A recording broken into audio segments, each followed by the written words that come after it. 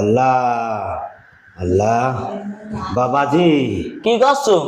আজ 2-3 দিন খুব জ্বর, ডাক্তারের কাছে গেছিলাম, ডাক্তার মাপি কইলেও 102 জ্বর। আমি কি করব?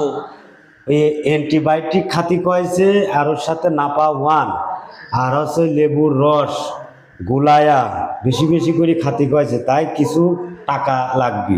আমার কাছে তো টাকা মাকা নাই। আমার এই যে সুবা মুবা বানায় খুব অভাবে রয়েছি। তোমার ছোট ছেলে কাছে না ভাই, আমার কাছে ঠাওয়াবি না নে। ছোট ছল বাড়ি নাই এখন, তুমি যদি টাকা না দাও তাহলে তো আমি ওষুধের অভাবে মরিয়ে যাব না।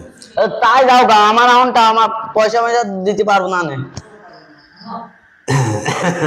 তোমারে মানুষ করে তাহলে কি আমি খুব ভুল করেছিলাম?